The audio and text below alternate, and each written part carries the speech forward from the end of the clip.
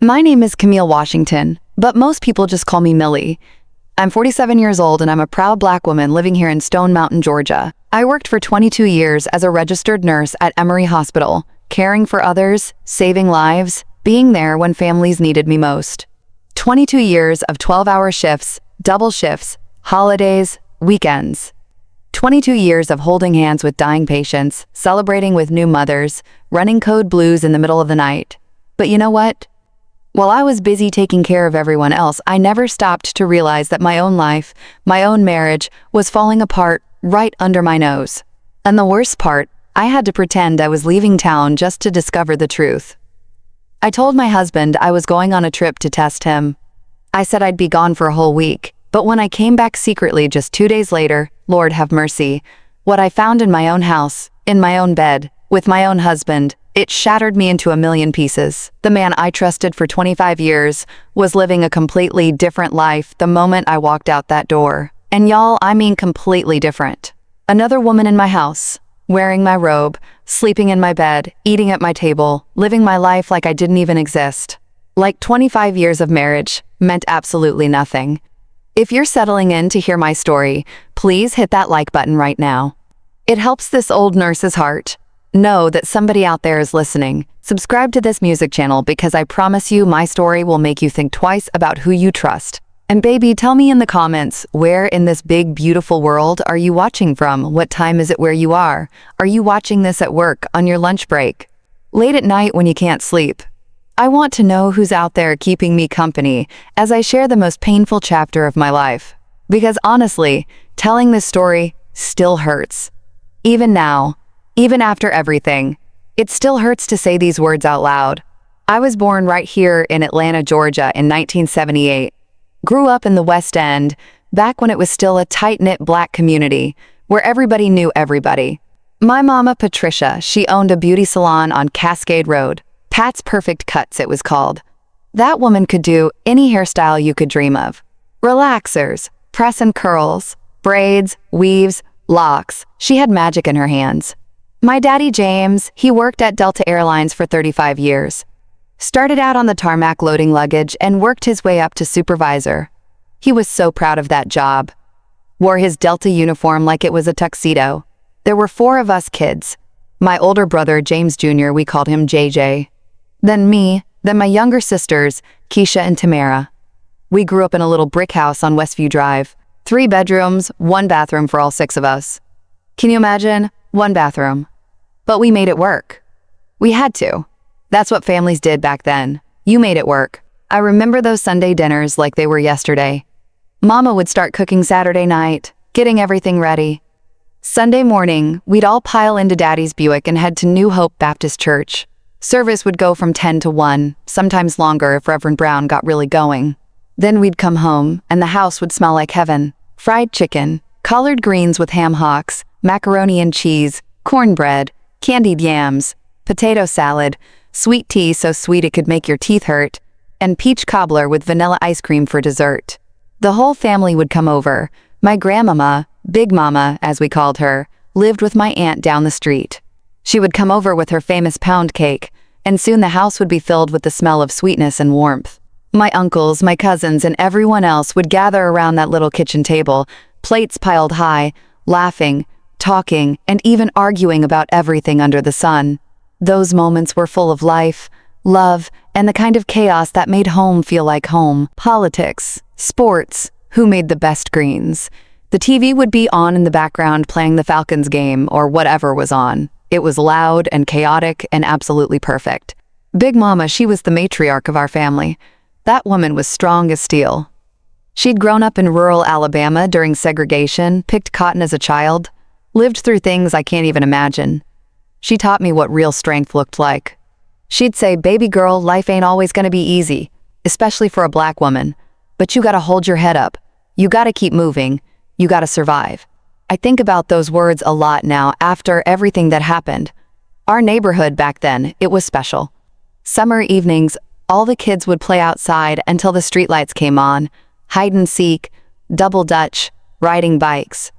The adults would sit on porches, drinking beer and sweet tea, watching us play. Everybody looked out for everybody's kids. If you did something wrong at someone else's house, they'd whoop you first and then tell your mama who'd whoop you again when you got home. That's just how it was. I went to Benjamin E. Mays High School, named after the great educator and civil rights leader. I was a good student, always made honor roll. I loved science, especially biology. Something about understanding how the human body worked just fascinated me. I'd spend hours reading my biology textbook, learning about cells and organs and systems. My friends thought I was crazy. They wanted to talk about boys and clothes and music. And don't get me wrong, I liked all that too. But I had this hunger to learn, to understand, to do something important with my life. When I was 16, Big Mama got really sick, congestive heart failure. I watched her go from this strong, vibrant woman to someone who could barely walk across the room without getting winded. She spent weeks in the hospital, and I was there almost every day after school. I watched the nurses take care of her with such compassion and skill. The way they explained things to us, the way they made her comfortable, the way they treated her with dignity and respect. That's when I decided I wanted to be a nurse. Big Mama passed away in the spring of my junior year. I was devastated. She was my rock, my inspiration, my biggest cheerleader. At her funeral, I made a promise to myself and to her. I was going to become a nurse. I was going to help people the way those nurses helped her. I was going to make her proud. After I graduated high school in 1996, I enrolled at Georgia State University in their nursing program. But y'all, college is expensive. Even with financial aid and scholarships, I still had to work. I got a job at Walmart, working nights and weekends. Then I picked up another job as a home health aide, taking care of elderly folks. I'd go to class during the day, study between shifts, work at night, sleep. What was that? I'd catch a few hours here and there. I lived on coffee, prayer, and determination. My classmates would complain about being tired from studying, and I'd just smile because they didn't know tired. Tired was pulling a double shift at Walmart, going straight to a 600 a.m. anatomy class, then heading to Mrs. You went to Johnson's house to help her bathe and take her medications. You were tired, eating ramen noodles for the third night in a row because that was all you could afford. You were tired of choosing between buying a textbook or putting gas in your car. And yet, you never complained. Politics, sports, who made the best greens. The TV would be on in the background playing the Falcons game or whatever was on. It was loud and chaotic and absolutely perfect. Big Mama, she was the matriarch of our family. That woman was strong as steel. She'd grown up in rural Alabama during segregation, picked cotton as a child, lived through things I can't even imagine. She taught me what real strength looked like. She'd say, "Baby girl, life ain't always gonna be easy, especially for a black woman, but you gotta hold your head up. You gotta keep moving. You gotta survive." I think about those words a lot now, after everything that happened. Our neighborhood back then, it was special. Summer evenings, all the kids would play outside until the streetlights came on. Hide and seek, double dutch, riding bikes. The adults would sit on porches, drinking beer and sweet tea, watching us play. Everybody looked out for everybody's kids. If you did something wrong at someone else's house, they'd whoop you first, and then tell your mama who'd whoop you again when you got home. That's just how it was. I went to Benjamin E. Mays High School, named after the great educator and civil rights leader. I was a good student, always made honor roll. I loved science, especially biology. Something about understanding how the human body worked just fascinated me. I'd spend hours reading my biology textbook, learning about cells and organs and systems. My friends thought I was crazy. They wanted to talk about boys and clothes and music. And don't get me wrong, I liked all that too. But I had this hunger to learn, to understand, to do something important with my life. When I was 16, Big Mama got really sick, congestive heart failure. I watched her go from this strong, vibrant woman to someone who could barely walk across the room without getting winded. She spent weeks in the hospital, and I was there almost every day after school. I watched the nurses take care of her with such compassion and skill. The way they explained things to us, the way they made her comfortable, the way they treated her with dignity and respect. That's when I decided I wanted to be a nurse. Big Mama passed away in the spring of my junior year. I was devastated. She was my rock, my inspiration, my biggest cheerleader. At her funeral, I made a promise to myself and to her.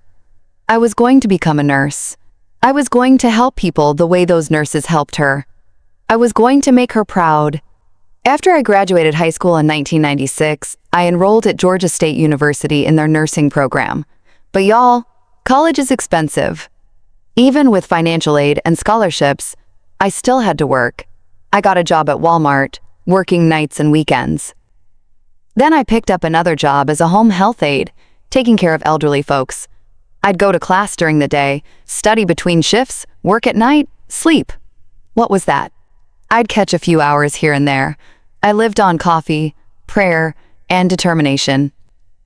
My classmates would complain about being tired from studying, and I just smile because they didn't know tired. Tired was pulling a double shift at Walmart, going straight to a 600 a.m. anatomy class, then heading to Mrs. You went to Johnson's house to help her bathe and take her medications. You were tired, eating ramen noodles for the third night in a row because that was all you could afford. You were tired of choosing between buying a textbook or putting gas in your car, and yet you never complained. I knew what I was working toward. Nursing school was hard, really hard. The coursework was intense. Anatomy, physiology, pharmacology, pathophysiology, all these big words and complex concepts. Clinical rotations, where you're responsible for actual patients. And one mistake could cost someone their life.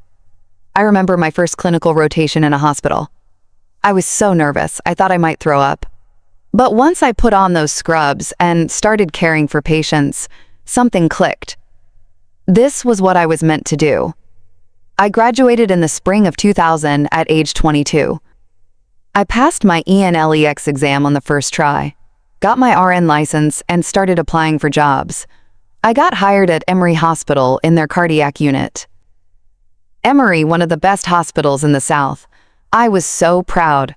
My mama threw me a party, invited the whole family. Big Mama would have been so proud. Those early years at Emory were tough. I was one of only a handful of black nurses in my unit. I felt like I had to work twice as hard to prove myself.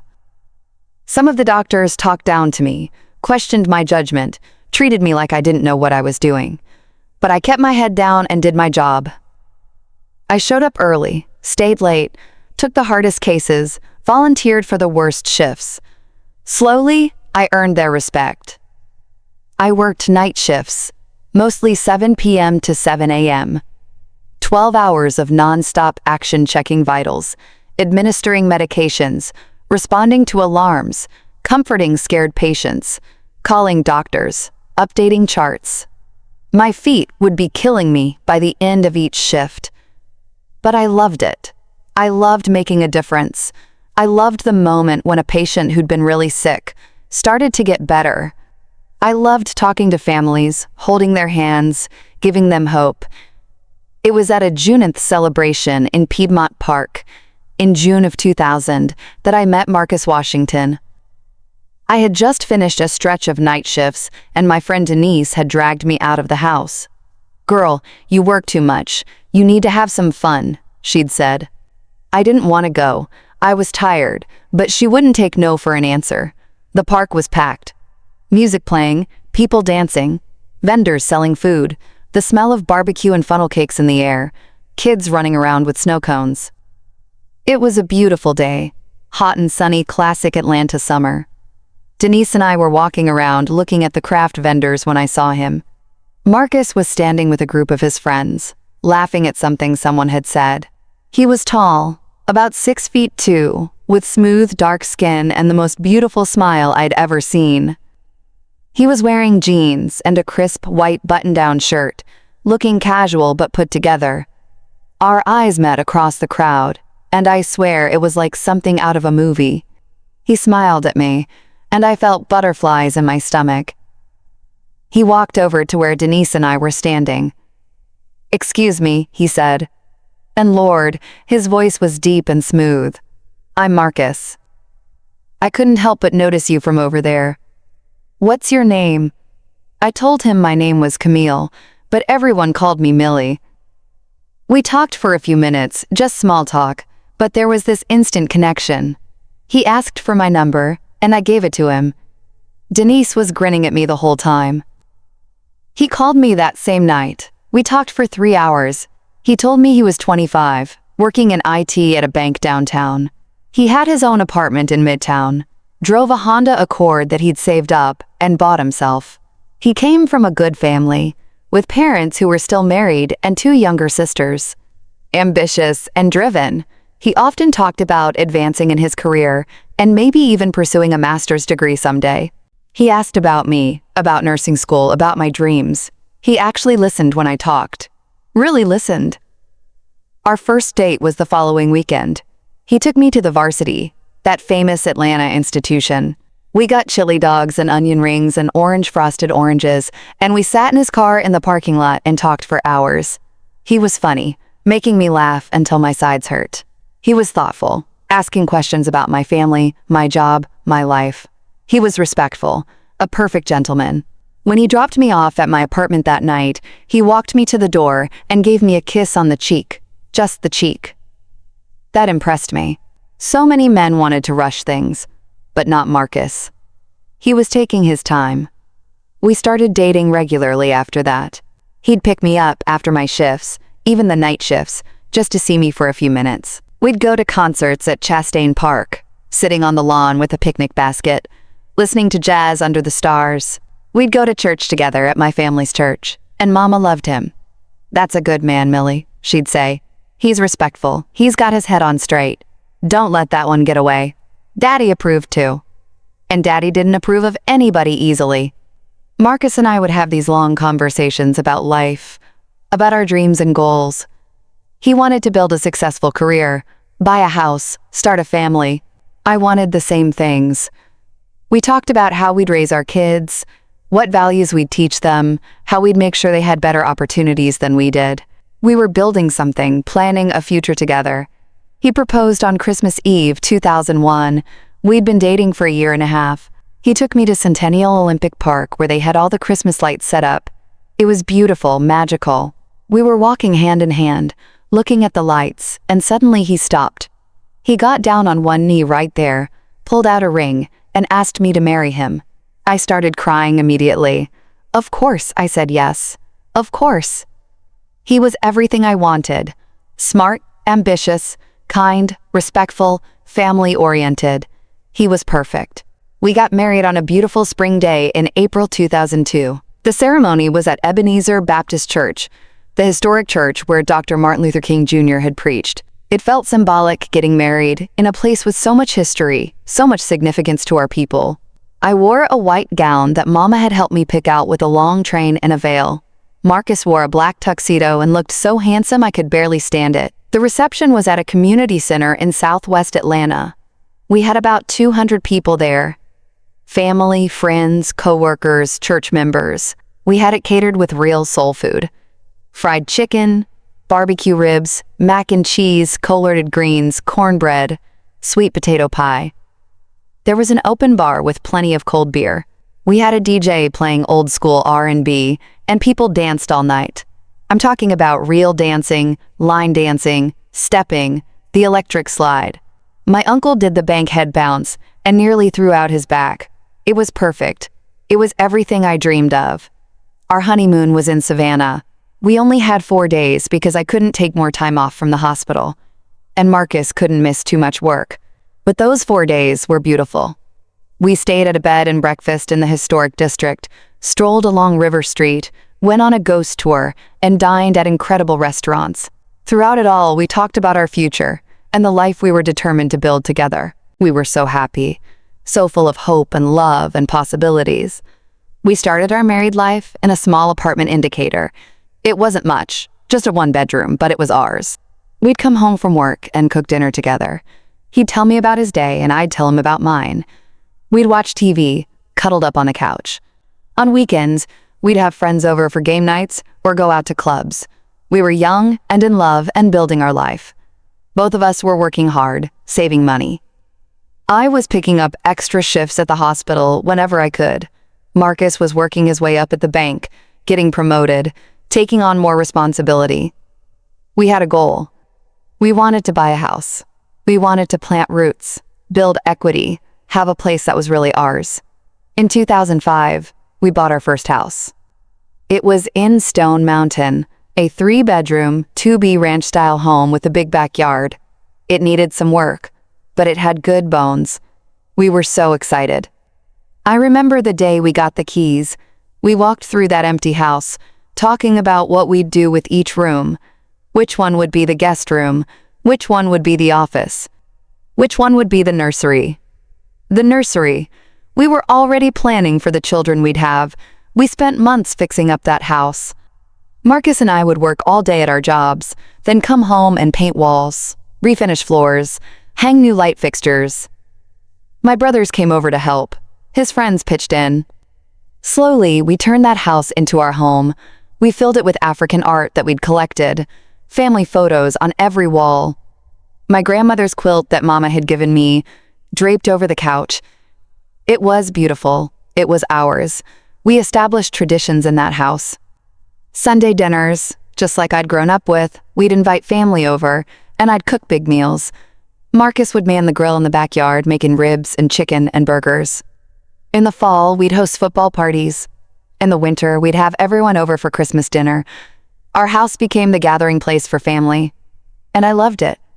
I loved feeding people, seeing everyone happy and together. Marcus and I would take trips together. We went to the Essence Festival in New Orleans. We went to family reunions in South Carolina, where his family was from. We went to Miami for my 30th birthday. We went to Las Vegas for his. We were living a good life. We had good jobs, a nice house, family around us. Everything seemed perfect. In 2006, we started trying for a baby. We'd been married 4 years. We were in our late 20s, early 30s. It felt like the right time. I went off birth control, and we just figured it would happen naturally. But months went by, and nothing happened. 6 months, 9 months, a year. I started to worry. I went to see a fertility specialist. They ran a bunch of tests on both of us. The doctor said everything looked normal, that sometimes it just takes time. Keep trying, they said. It'll happen. So we kept trying. I started tracking my ovulation, taking my temperature every morning, using ovulation predictor kits. It became almost clinical, scheduled, not spontaneous anymore, and still nothing. Then, in the spring of 2007, I finally got pregnant. We were so happy, so excited. We told our families. We started shopping for baby things. We painted the 3rd bedroom yellow, neutral because we didn't know if it was a boy or girl, and we wanted it to be a surprise. We bought a crib. We picked out names. Jayla for a girl, Jordan for a boy. I was almost 3 months along when I started bleeding. I was at work in the middle of my shift and I felt it. I went to the bathroom and I just knew. I knew something was wrong. I went to the ER and they did an ultrasound. There was no heartbeat. I'd miscarried. I had to have a D&C procedure to remove the pregnancy tissue. Marcus held my hand through the whole thing. We cried together. We mourned together. The nursery we'd started preparing sat empty, a painful reminder of what we'd lost. I went back to work after a week because I didn't know what else to do. I threw myself into work trying not to think about the baby that wasn't going to be. We tried again. In 2008, I got pregnant again. This time, we didn't tell anyone. We wanted to wait until we were past the first trimester, past that danger zone. But at 10 weeks, it happened again. More bleeding, another trip to the ER, another miscarriage, another D&C, more tears, more grief. The doctor said, sometimes these things just happen, that it's more common than people think, but that didn't make it hurt any less. I felt like my body was failing me. I felt like I was failing Marcus. He wanted to be a father so badly, and I couldn't give him that. We went through fertility testing again, more invasive this time. They found that I had some uterine scarring, probably from the D&C procedures. The doctor said I could still potentially get pregnant, but it might be difficult. They recommended IVF. Do you know how expensive IVF is? We're talking thousands and thousands of dollars, and insurance doesn't cover it. We didn't have that kind of money. We talked about it a lot. Should we take out loans? Should we drain our savings? Should we keep trying naturally and hope for the best? It was a heavy decision, one that put strain on our marriage for the first time. We'd argue about it, not screaming matches, but tense conversations where we'd both end up frustrated and sad. In 2009, I got pregnant one more time. Naturally, without intervention, we were cautiously hopeful. I went to the doctor every week. Everything looked good. The heartbeat was strong. I made it past the first trimester. We started to believe that maybe this time would be different. But at 18 weeks, I went in for a routine checkup, and there was no heartbeat. The baby had died. I had to deliver a stillborn baby at 18 weeks. Do you know what that's like? Going through labor, feeling contractions, pushing, all for a baby that you know is already gone. It was the most traumatic thing I've ever experienced. After that, I couldn't do it anymore. I couldn't handle another loss. Marcus and I talked, and we made the painful decision to stop trying. We tried for 3 years, 3 pregnancies, 3 losses. My body couldn't take it anymore. My heart couldn't take it anymore. We decided it just wasn't meant to be for us. Marcus was sweet about it. He held me while I cried. He told me it was okay, that we'd be fine, that we had each other and that was enough. We're enough, baby. Just you and me, he'd said. And I wanted to believe him. I wanted to believe that we'd be okay without children. But something changed after that, something subtle. I threw myself even more into my career. If I couldn't be a mother, I would be the best damn nurse I could be. I took on extra shifts, worked holidays, and volunteered for the toughest cases. Over time, I became known as the nurse who could handle anything, the one who never said no and was always there when needed. Marcus seemed to understand. He supported my career. He encouraged me to work hard, to advance, to be the best. And he was advancing in his own career too. He got promoted to IT director at a major corporation. He was making good money, managing a team, traveling sometimes for work. We were both busy, both focused on our jobs. We became aunt and uncle figures to our nieces and nephews. Marcus' sisters both had kids, and so did my siblings. We spoiled those kids rotten. Took them to movies, to Six Flags, bought them too many Christmas presents. They loved us and we loved them. It helped fill the void a little bit. Not completely, but a little bit. In 2012, I got promoted to charge nurse. It was a big deal. More responsibility, more money. I was 34 years old and managing an entire cardiac unit. I had nurses reporting to me, making schedules, dealing with difficult doctors and administrators. It was stressful but rewarding. I was good at it. I was making a difference not just with patients, but in mentoring younger nurses, teaching them, showing them how to be excellent. Marcus and I had money now, real money. Both of us were making good salaries. We renovated our house, new kitchen with granite countertops and stainless steel appliances. We finished the basement, turned it into an entertainment room with a big TV and a pool table. We put in a pool in the backyard. We bought new cars, a Lexus for me, a BMW for him. We took vacations to Jamaica, the Bahamas, and even Dubai one year. From the outside, our life looked perfect. Beautiful house, nice cars, good jobs, solid marriage. People at church would comment on how blessed we were. Y'all are couple goals, they'd say. And I'd smile and agree, because I thought we were blessed. I thought we had it all figured out, but looking back now, I can see that we'd become roommates more than husband and wife. We lived together. Sure, we went through the motions of marriage, but the intimacy had faded. The connection had weakened. We were both so focused on our careers, on maintaining this image of success, that we'd stopped really seeing each other. We didn't have deep conversations anymore. We didn't laugh together like we used to. We didn't make love as often. When we did, it felt obligatory, like something on a checklist. Date night once a month because that's what married couples are supposed to do. But there was no passion, no spark. We'd just gotten comfortable, complacent, going through the motions. I noticed small changes in Marcus, starting in early 2023.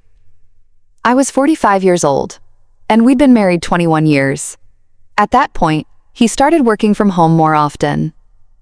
His company had gone to a hybrid schedule after the pandemic, so it wasn't unusual, but he seemed to prefer working from home more than going into the office.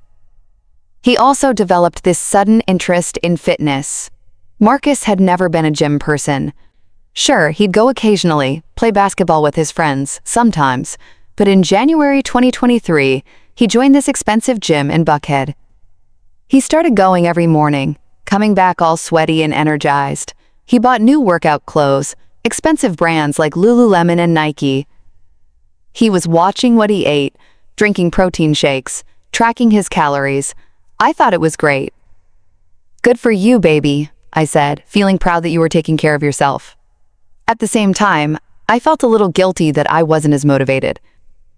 My nursing schedule was brutal, 12-hour shifts, sometimes stretching to 16 hours if we were short-staffed. By the time I got home, I was too exhausted to think about working out. Marcus started caring more about his appearance in general. He'd always been put together, but now it was different. He got his hair cut every single week, keeping his lineup crisp. He bought new clothes, trendier styles than he usually wore, slim-fit jeans, designer sneakers, cologne, expensive cologne that he'd spray on even when he was just working from home. Why do you need cologne to sit in the home office? But I didn't say anything. He was on his phone constantly. Now, everyone's on their phone these days, so that alone wouldn't have been suspicious. But it was the way he was with it. Always face down on the table. Always in his pocket. He'd changed his passcode, something he'd never done in all our years together. We'd always known each other's passcodes. It wasn't about not trusting each other. It was just convenient. Need to check something on his phone while he's driving? No problem. But suddenly, new passcode that he didn't share with me. At night, he'd get texts and calls that he'd take in other rooms. He'd say it was work, a client on the West Coast, so they were calling later because of the time difference. That made sense. But why did he have to leave the room? Why did I hear him laughing in a way he didn't laugh with me anymore? There were weekend team-building events that he had to attend, company retreats and conferences. Again, nothing unusual on the surface, but when I'd ask about them, his answers were vague. Oh, you know, the usual corporate stuff. Trust falls and PowerPoint presentations. He'd laugh it off and change the subject. My nursing schedule was brutal during this time. We were understaffed, which seems to be a constant problem in healthcare. I was working 12-hour shifts, sometimes picking up extra shifts when people called out sick. Sometimes I'd work 3 or 4 days in a row, coming home exhausted, barely able to stay awake long enough to eat dinner. I'd fall asleep on the couch, and Marcus would wake me up and tell me to go to bed. I was so tired all the time. Tired from work, tired from life, tired in my soul. And I think that exhaustion made me not notice things I should have noticed. Or maybe I noticed, but was too tired to question them. It's easy to make excuses when you don't want to face the truth. In March 2023, I found a receipt in Marcus' pants pocket when I was doing laundry. It was from a nice restaurant in Atlanta, the kind of place you go for a special occasion. The date on the receipt was from the previous week, a Thursday night. Thursday night, when he told me he was working late on a project. The receipt was for 2 meals, 2 expensive entree, a bottle of wine, dessert, over $200. Who was he having dinner with? When I asked him about it, he didn't even hesitate. Oh yeah, I took a client out. Big potential deal, trying to wine and dine them. You know how it is. And that could have been true. He did occasionally take clients out, but something about his answer felt off. Too smooth, too quick. A few weeks later, I was doing laundry again and found a woman's earring in the pocket of his jeans. Just one earring, a small silver hoop. When I showed it to him, he looked confused for a second, then said, "Oh, that must be from Sarah at work. She asked me to grab her laptop from her car the other day, and it must have fallen into my pocket." Sarah was a coworker he mentioned occasionally, and the explanation sounded plausible. But why would an earring fall from her car into his pocket? That didn't even make sense. Then there was the perfume. One evening when he came home, I hugged him and smelled perfume on his shirt. Not my perfume. Something floral and sweet and definitely feminine. "You smell like perfume," I said. He pulled back and smelled his shirt. "Oh, probably from Angela. She hugged me goodbye after the meeting today. You know how she is, always huggy." Angela was another coworker, someone I'd met at a couple of company events. She was friendly, outgoing.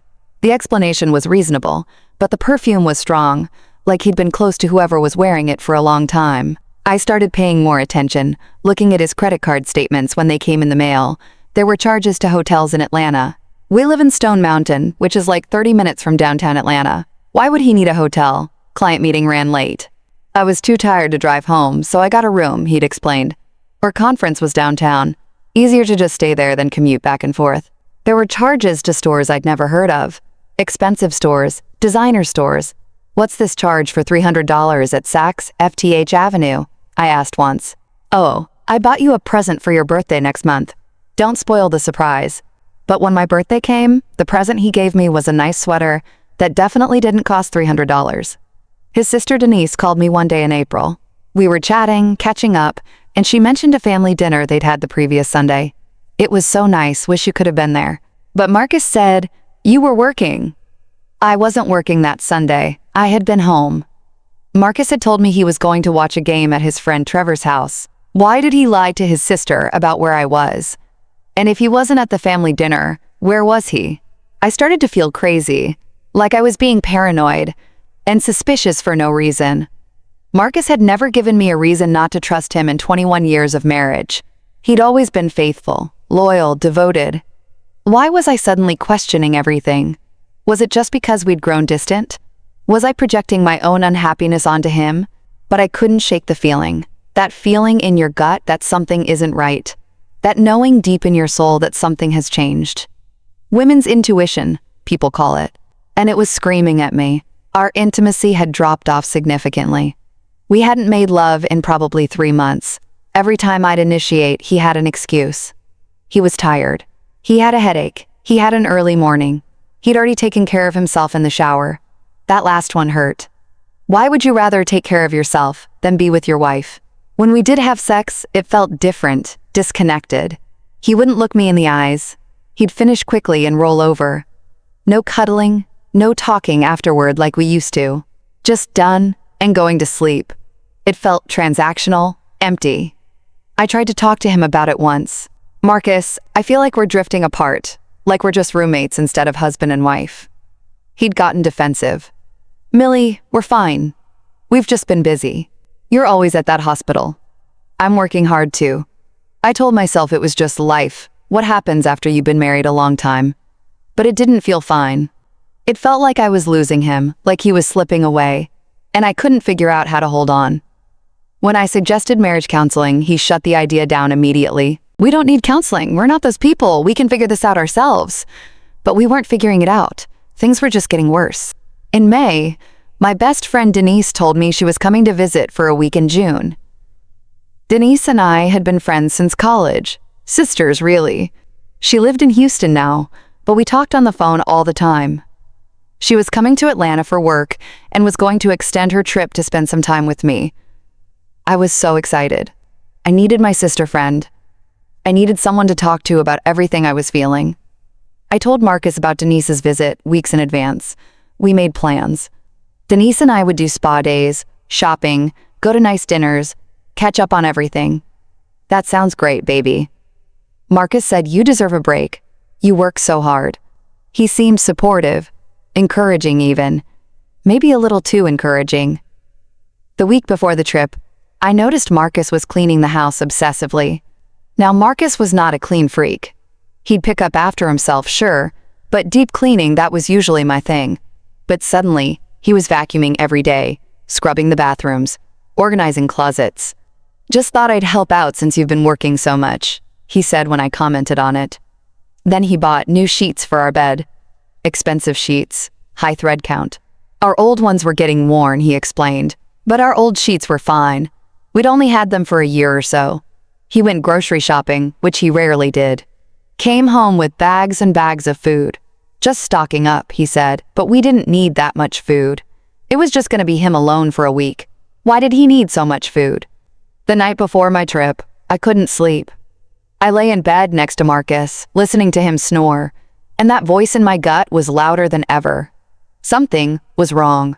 Something was very wrong. I thought about all the little things that had been adding up over the past few months. The phone calls, the receipts, the new clothes, the gym, the perfume, the distance between us. And suddenly, I had a thought. A terrible, frightening thought. What if the reason Marcus was so happy about me leaving wasn't because he wanted me to have a good time? What if it was because he wanted me gone? What if he had plans? Plans that involved someone else? I got up and went to the bathroom, my heart pounding. I looked at myself in the mirror. 45 years old. Still looked good for my age, but tired. So tired. Working myself to death at that hospital. When was the last time I dressed up, put on makeup for no reason, felt beautiful. I'd let myself go. Not in terms of weight or anything like that, but in terms of caring. I'd stopped trying because, what was the point?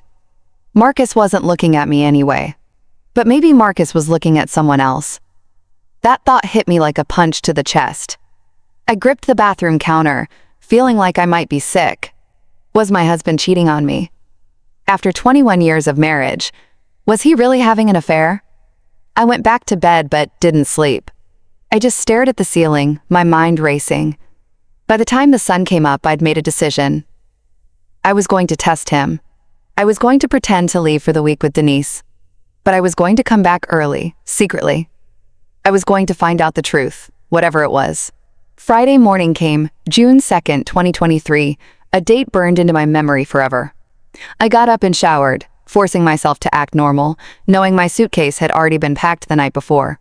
I made coffee, sat at the kitchen table with Marcus while he ate breakfast.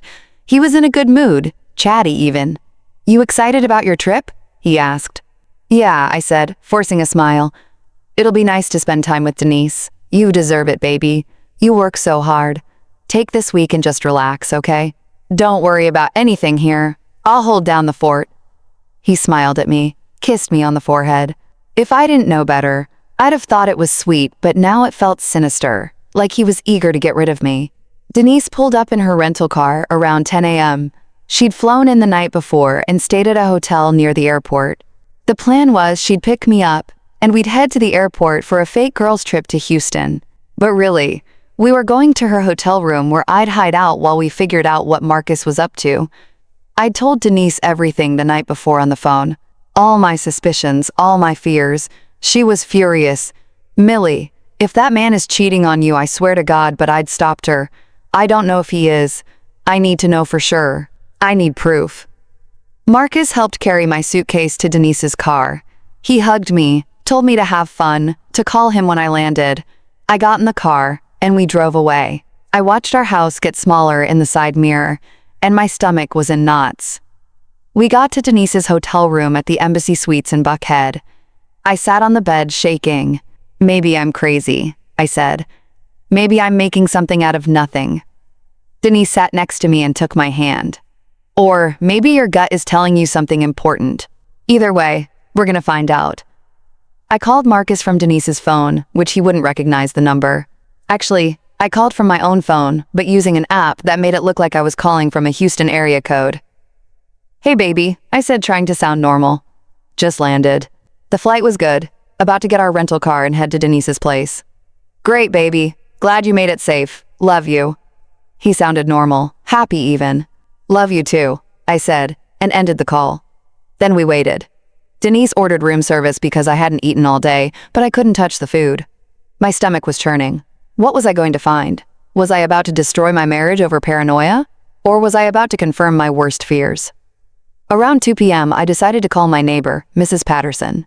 She was an older lady who lived 3 houses down from us. Sweet woman, always baking cookies and bringing them over. She was retired and home most of the time. I trusted her. "Mrs. Patterson." "Hi, it's Millie," I said when she answered. "Oh, hello, dear. I thought you were out of town." "I am," I lied. "I'm in Houston visiting a friend. But I wanted to ask you a favor. Can you keep an eye on my house this week? You know, just make sure everything looks okay." "Of course, dear. Is everything all right?" I hesitated. I've had a weird feeling. "Can you call me if you see anything unusual? Anything at all?" There was a pause. "Millie, what's going on? I can't explain right now. Please just call me if you see anything." The afternoon dragged on. 3 p.m., 4 p.m., 5 p.m. Nothing. Maybe I was wrong. Maybe Marcus was just home, working, living his normal life. Maybe I'd worked myself up over nothing. Then at 6:15 p.m., my phone rang. "Mrs. Patterson." "Millie," she said, her voice careful. "A woman just pulled up to your house." My heart stopped. "What?" A young woman, early 30s maybe, black, pretty, slim, stepped out of a silver Honda carrying grocery bags. And he was taking her there. We parked across the street and I watched them through the window. They got a table by the window, the same table we always got. They were holding hands across the table, laughing. She fed him a bite of her food. He did the same to her. They were taking selfies together, her leaning into him, both of them smiling like they were the happiest couple in the world. I wanted to storm in there. I wanted to flip that table over.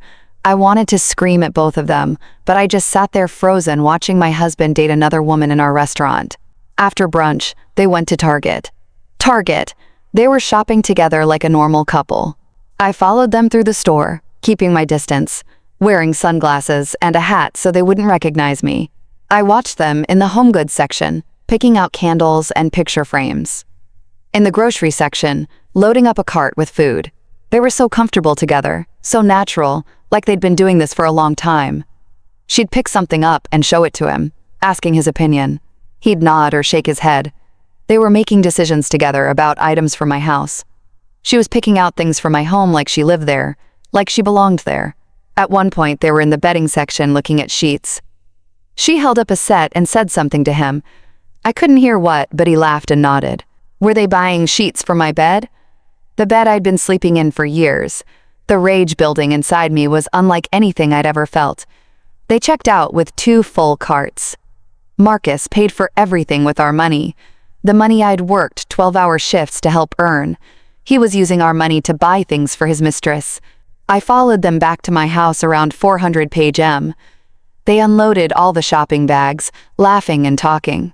They looked so happy, so in love, and I realized this wasn't just a fling, this wasn't just sex. This was a relationship. A real relationship. I couldn't take it anymore. I called Marcus from Denise's phone. He answered on the 3rd ring. Hello. He sounded happy, relaxed.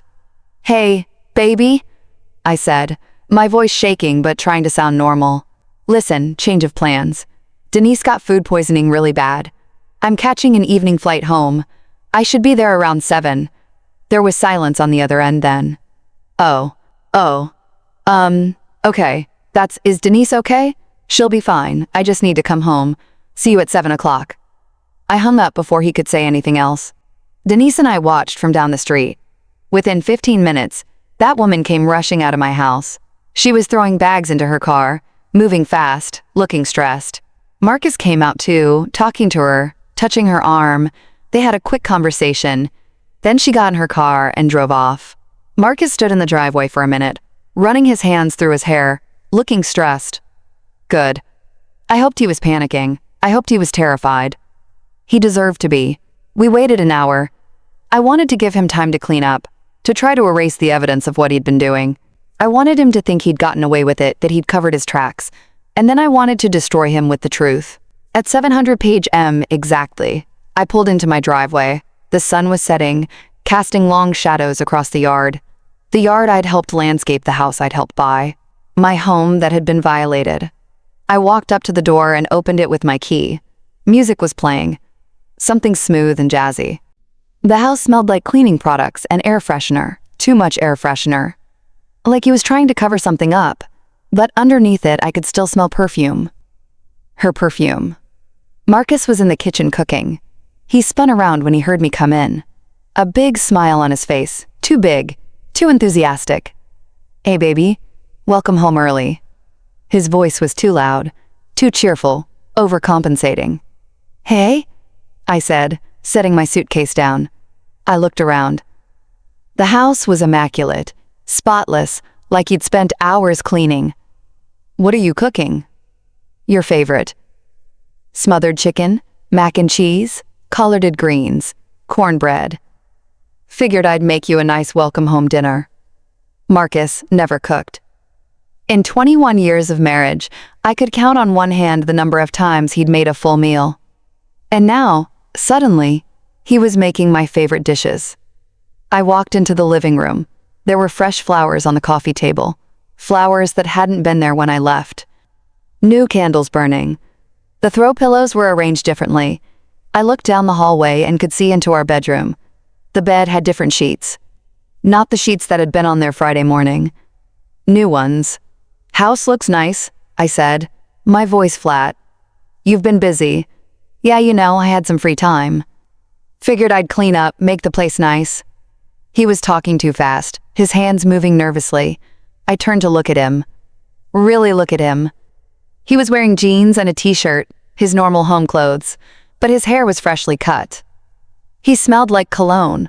Why was he wearing cologne on a Saturday evening at home alone? "Marcus," I said calmly, "whose silver Honda was parked in our driveway last night?" I watched the color drain from his face. His mouth opened, but no sound came out. His eyes went wide. Pure panic. "What? I don't— What Honda?" He was stammering. A terrible liar. The silver Honda Civic that was parked in our driveway from 6 p.m. last night until about 30 minutes ago. "That Honda? Who does it belong to?" "Millie, I don't know what you're talking about. There was no— I pulled out my phone. I'd taken screenshots of all the photos Denise had snapped. I held up my phone and showed him a picture of his car and the silver Honda in our driveway, time-stamped from last night. Another picture of him standing on the porch with a woman. Another of them kissing. Another of them at Toast having brunch. Another of them at Target. Her leaning against him in the checkout line. Marcus's face went from pale to gray. He stumbled backward until he hit the counter. His hand went to his chest like he was having trouble breathing. "How?" he whispered. "You're supposed to be in Houston." "You said you were in Houston." "I was never in Houston, Marcus.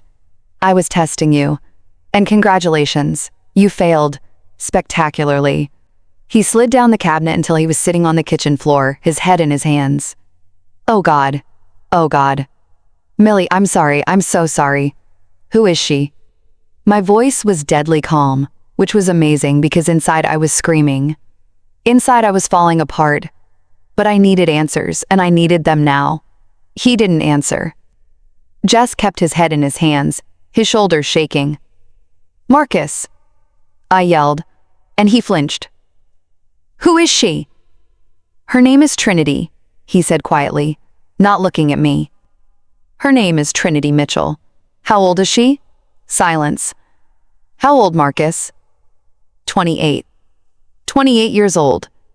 She was 28, and I was 45. 17 years younger than me. Younger than both our nieces. Young enough to be our daughter if we'd had one. I asked where he had met her, and he said at the gym about 6 months ago. 6 months of lies, 6 months of betrayal. I asked if he loved her, and he didn't answer at first, then said he didn't know, that it was different with her, that she made him feel young and alive. That hurt worse than anything, worse than knowing he was cheating, worse than seeing him kiss her. I asked what I made him feel, what his wife of 21 years made him feel. He said we were no longer lovers, just roommates, existing together without passion or excitement. I tasted the bitterness in that word. Roommates. 21 years of marriage, of supporting him, building a life, standing by him through everything, and I was just a roommate. I demanded to know how many times she had been in our house. At least 15, maybe more, he admitted, always when I was working long shifts at the hospital. Every time I was saving lives, he was living a secret life with another woman, in our home. He told me they'd have dinner, watch movies, sleep together. In our bed, the same bed where we had loved, laughed, cried, and dreamed together. I asked if he planned to leave me, and he said he didn't know, that he was just living in the moment. Furious, I started throwing his clothes onto the bed, telling him to get out immediately. He protested, saying it was his house too, that he had paid for half, but I warned him I would call the police if he didn't leave, and that everyone already knew. He grabbed a suitcase and packed hastily, asking where he was supposed to go, and I told him I didn't care, that he could go to his girlfriend or his brother, just get out. Before leaving, he apologized, saying he'd made a huge mistake and never meant to hurt me, but I told him he had destroyed me, and he needed to leave. I stood at the door, watching him load his suitcase into his car, the house we built together now feeling like a stranger's. Watched him sit in the driver's seat for a minute, his head on the steering wheel. Then he started the car and drove away, the man I'd spent more than half my life with. The man I'd trusted completely gone. I closed the door, locked it, and then I fell apart. I slid down to the floor and sobbed. Deep, gut-wrenching sobs that came from my soul. Denise, who had been waiting in the guest room, came out and held me while I cried. I cried for the marriage I'd lost, for the years I'd wasted, for the trust that had been shattered, for the fool I'd been working myself to death while my husband was building a life with someone else. I cried until I had no tears left. That night, I couldn't sleep in my bedroom, couldn't even look at that bed, knowing what had happened in it, so I slept on the couch. Actually, I didn't sleep. I just lay there staring at the ceiling, replaying everything in my mind, every lie he'd told, every excuse he'd made, every time he'd looked me in the eyes and betrayed me. The next morning, Sunday, I called in sick to work. First time I'd called in sick in 10 years. Outside of my miscarriages, I called my mama, my sisters, my close friends. I told them everything. They were shocked, angry, heartbroken for me. My mama cried on the phone. "Baby, I'm so sorry. I thought he was one of the good ones." So did I. Mama. So did I. My daddy wanted to come over and have a talk with Marcus. I told him no. Violence wouldn't solve anything. And Daddy was 68 years old. He didn't need to be fighting anybody. Monday morning, first thing I called a lawyer, a good one, a woman. My friend had used in her divorce. Her name was Patricia Brown, and she was a pit bull. "I need to file for divorce," I told her, "and I want to take him for everything." We met that afternoon. I showed her all the evidence I had, the photos, the receipts I'd found over the months, the credit card statements. She smiled, a shark-like smile. "Oh, honey, in Georgia, adultery still matters. We're gonna destroy him." Marcus tried to call me multiple times that day. I didn't answer. He sent texts, long rambling texts about how sorry he was, how he'd made a terrible mistake, how he wanted to work it out. I blocked his number. He sent emails, pages and pages of apologies. "Millie, please. Trinity was a mistake. She means nothing. You're my wife. We can get through this. We can go to counseling. Please don't give up on us." I wanted to laugh. Now he wanted counseling. After 6 months of cheating, after bringing another woman into our home, after telling me I was just a roommate, no, there was no coming back from this. Some things once broken can't be fixed. I told our families what had happened. His mother called me crying, apologizing for her son. His sisters called, mortified. They'd always liked me, treated me like family. We had no idea. They said if we'd known, we would have said something. I had to tell people at work. My co-workers, my friends at the hospital. It was humiliating. Here I was, 45 years old, getting divorced because my husband cheated on me with a woman young enough to be his daughter. The pitying looks, the "I'm so sorry," the awkward conversations, I hated it all. The divorce process was ugly. Marcus wanted half of everything. The house, the savings, the retirement accounts, everything we'd built together, he wanted half, even though he was the one who destroyed it.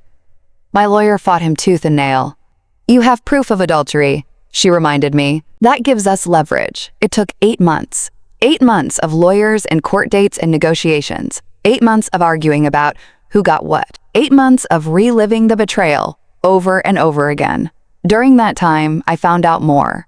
I went through Marcus' laptop that he'd left in the office. Found emails between him and Trinity going back 6 months like he'd said. But I also found emails from before her, from 2 years earlier. Another woman, someone named Jessica. They'd had an affair that lasted 4 months before it ended. 4 months, and I'd never known, never suspected. That was in 2021, right in the middle of the pandemic, when I was working insane hours at the hospital.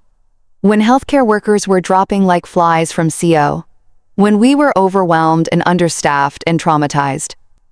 I was coming home exhausted, scared I might bring the virus home. And he was, __, some woman named Jessica. I found even more, a journal he'd kept tucked away in the back of his office closet. I read it, even though part of me knew I shouldn't.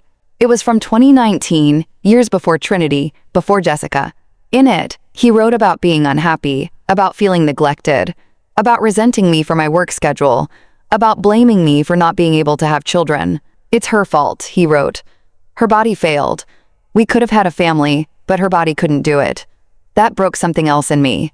All those years, he'd told me it was okay, that we were enough, that he didn't blame me. But he'd been lying. He'd been harboring resentment, blaming me for something I couldn't control, for something that had devastated me just as much as it devastated him. Maybe more. The journal had other entries too, about women. He'd noticed women at work, women at the gym. Saw a woman at Starbucks today. One entry read, "She smiled at me, and I remembered what it felt like to be wanted." This was from 2019. We'd been married 17 years at that point, and he was already mentally checked out, already looking at other women, already fantasizing about a life without me. I realized then that the perfect marriage I thought we had was a complete illusion. It had been dying for years, and I'd been too busy, too tired, too trusting to notice. Or maybe I had noticed, but I'd made excuses, told myself we were just in a rough patch. That all marriages go through phases, that we'd get through it. But you can't get through something when only one person is trying, and I'd been the only one trying for years. I also found out more about Trinity. She wasn't just some random girl at the gym. She worked at the bank where Marcus worked. She was a teller, young, pretty ambitious. Marcus had been her mentor, helping her learn about the IT systems. That's how it started, he'd later admit. Professional mentorship that turned into coffee breaks, that turned into lunch meetings, that turned into dinner dates, that turned into an affair. Did she know he was married? Of course she did. He'd told her, but according to what I pieced together from their messages, he'd lied to her too. Told her that we had an arrangement, that we were separated, but still living together for financial reasons, that we were basically roommates, waiting for the right time to officially divorce. So Trinity thought she was dating a soon-to-be divorced man who was just in a transition period. She thought she was helping him through a difficult time. She didn't know that I had no idea any of this was happening, that I thought I was in a real marriage with a faithful husband. Part of me almost felt bad for her. She was being lied to just like I was. But then I remembered her, wearing my robe, sleeping in my bed, eating at my table, and that sympathy evaporated. She was 28 years old enough to know better, old enough to ask more questions, old enough to insist on meeting the wife he claimed he was separated from. According to Marcus's brother, who I stayed in touch with, because he'd always been good to me, Trinity dumped Marcus about 2 months after I kicked him out. Once the money got tight, once the reality of what he'd done hit, once it stopped being fun and exciting, she was out. Left him for another man, someone without all the baggage and legal issues. Marcus tried to come back to me after that. Showed up at the house one day begging, "Millie, please. I made the biggest mistake of my life. Trinity's gone. She meant nothing. You're the one I love. You're the one I've always loved. We can start over. We can fix this." I looked at him standing on the porch of what used to be our home. He looked terrible, like he'd aged 10 years in 2 months. His eyes were red, like he'd been crying. His clothes were wrinkled. He looked broken. And I felt nothing. No love, no anger, no pity, nothing. Just empty. "No, Marcus," I said calmly. "You can't unmake what you did. You can't take back the lies, the betrayal, the years of resentment you hid from me. You destroyed us. And even if I wanted to, which I don't, there's no putting us back together. Millie, please go home. Marcus, sign the divorce papers. Let me move on with my life." He stood there for another minute, tears streaming down his face. Then he turned and left. That was the last real conversation we had. The divorce was finalized in February of 2024. I was 46 years old, 21 years of marriage done over. I got the house, most of our savings, my retirement account stayed mine. He got his things, his car, and a smaller portion of the assets. My lawyer had done good work. The adultery evidence made a big difference. The day the divorce was final was what would have been our 26th anniversary, April 20th. The universe has a sick sense of humor sometimes. I spent that day cleaning out Marcus's old office in the house, throwing away everything he'd left behind. Papers, books, old clothes he hadn't taken. I found more photos of him and Trinity. I burned them in the backyard fire pit, watched them curl up and turn to ash. It felt good, cathartic. Then I went to the bedroom, looked at that bed, the bed where so much betrayal had happened, and I dragged it outside. Yes, the whole bed, the frame, the mattress, everything. Dragged it to the curb and put a free sign on it. It was gone within an hour. I bought a new bed, a queen size, just for me. New sheets, new pillows, new comforter, everything new. I was starting over, but starting over at 46 years old is hard. I'd been with Marcus since I was 22. I'd spent my entire adult life with him. I didn't know how to be single, didn't know how to date, didn't even know who I was outside of being Mrs. Washington. I started seeing a therapist, Dr. Angela Martinez, a Black woman about my age who specialized in trauma. And that's what this was, she explained. Betrayal trauma. Your trust was violated in the most fundamental way. She said, this isn't just about him cheating, it's about years of lies. It's about discovering that your reality wasn't real. That's traumatic. We worked together twice a week. I learned about triggers, about healing, about rediscovering myself. She had me start journaling, writing down my feelings instead of just pushing them down. She taught me meditation and breathing exercises for when the anxiety got too bad.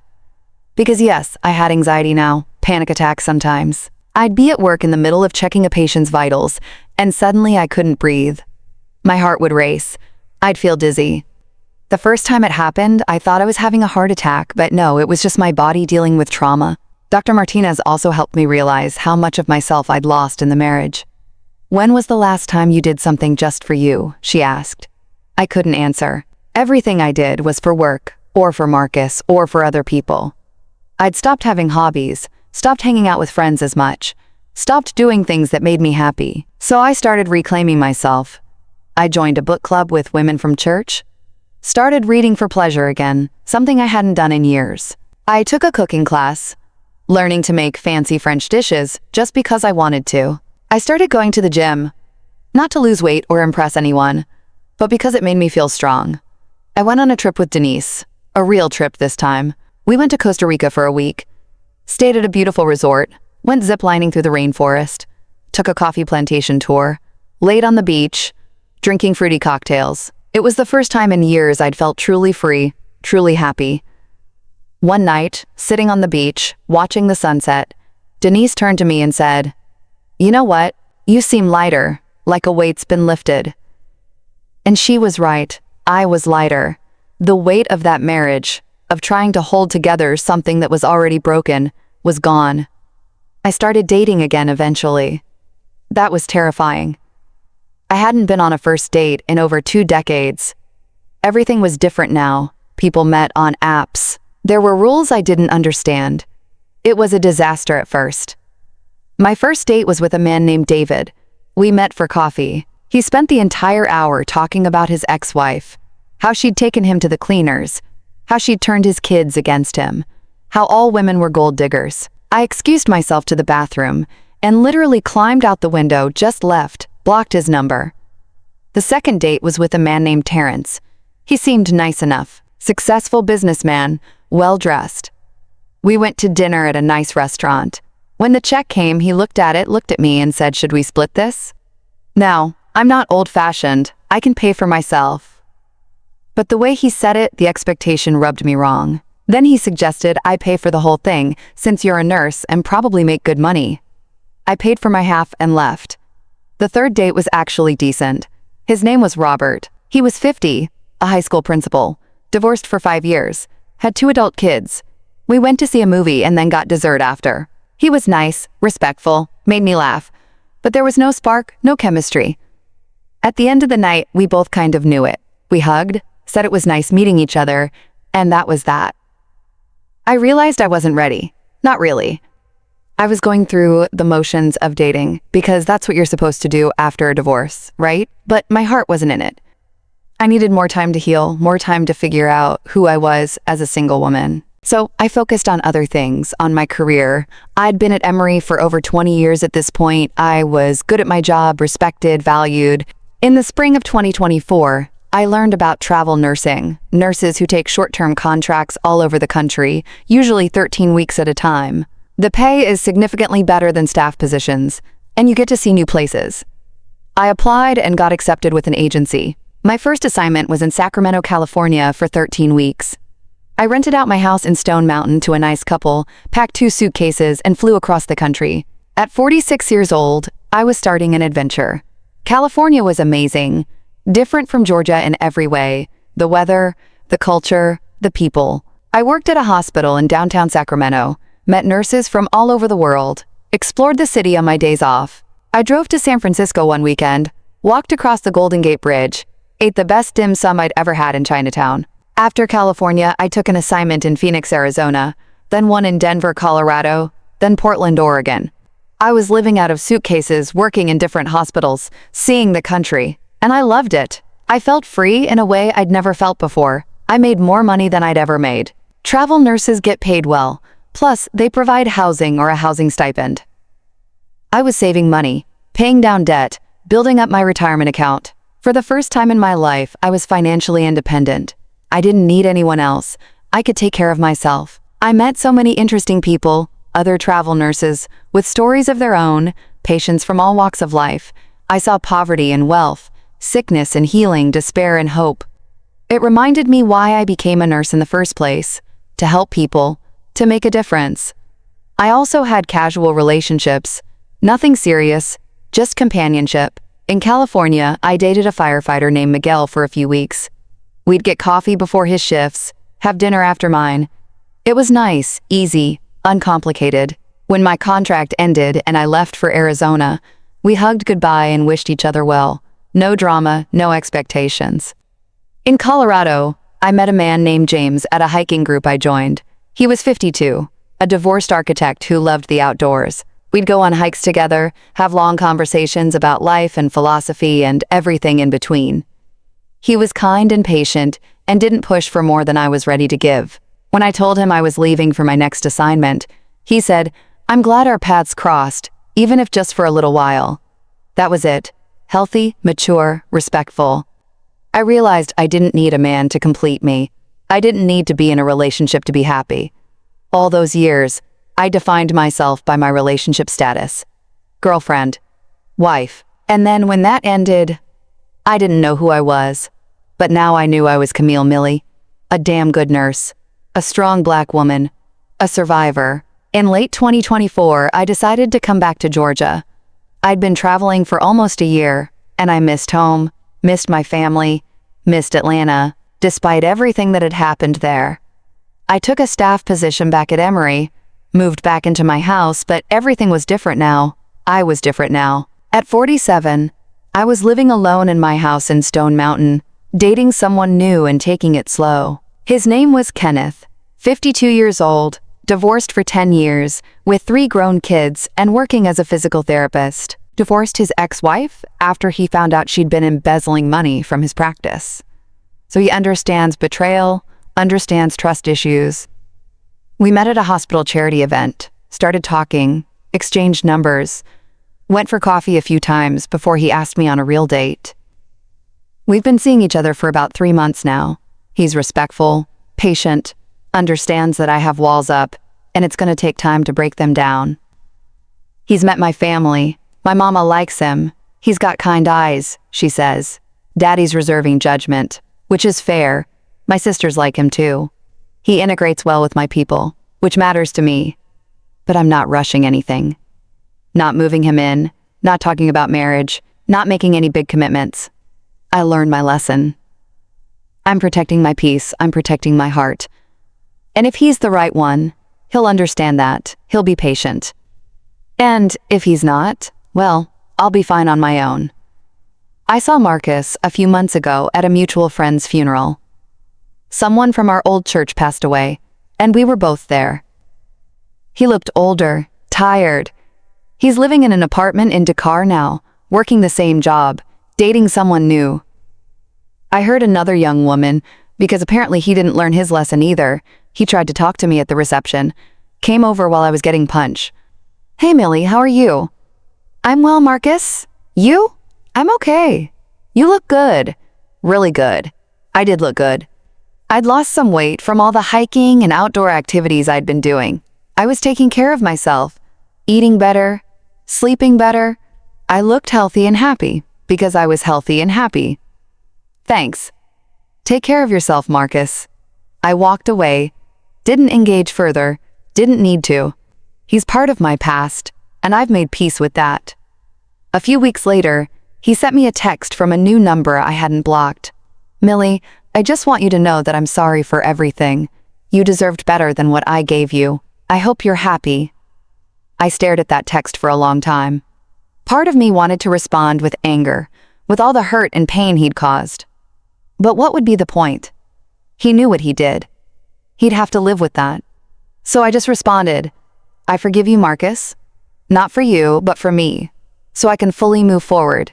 I wish you well." And I meant it. I do forgive him. Not because what he did was okay. Not because it didn't destroy me. But because holding on to that anger, that resentment, that pain, it was only hurting me. It was keeping me stuck in the past. Forgiveness doesn't mean forgetting. It doesn't mean what he did was acceptable. It means I'm choosing to release the hold it has on me. I'm choosing freedom. So here I am now, 47 years old, single, childless, but happy. Truly, genuinely happy, in a way I haven't been in years, maybe ever. I have a career I love, family and friends who support me, a man who treats me right, a life that's fully mine. Would I go back and change things if I could? Part of me wants to say yes. I want to say I wish I'd never married Marcus. Wish I'd never wasted 21 years on someone who didn't value me. But those 21 years taught me things about strength, about resilience, about my own worth. I learned that I can survive anything, that I'm stronger than I ever knew, that I don't need a man to complete me or define me, that my value isn't determined by my relationship status or my ability to have children or anything else external. My value comes from within. If there's anything I want people listening to this to understand, it's this: trust your gut. If something feels off, it probably is. Don't ignore red flags. Don't make excuses for behavior that doesn't sit right with you. And don't be so busy taking care of everyone else that you forget to protect yourself. To all my Black women out there, listen to me. We're taught from a young age to be strong, to hold it together, to stand by our man no matter what, to sacrifice ourselves for our families. And there's value in strength, in loyalty, in sacrifice, but not at the expense of your own well-being, not at the expense of your own happiness. There's a difference between standing by your man and standing still while he destroys you. Know the difference. A real man, a good man, won't make you a detective, won't make you question your sanity, won't make you feel like you're crazy for having suspicions.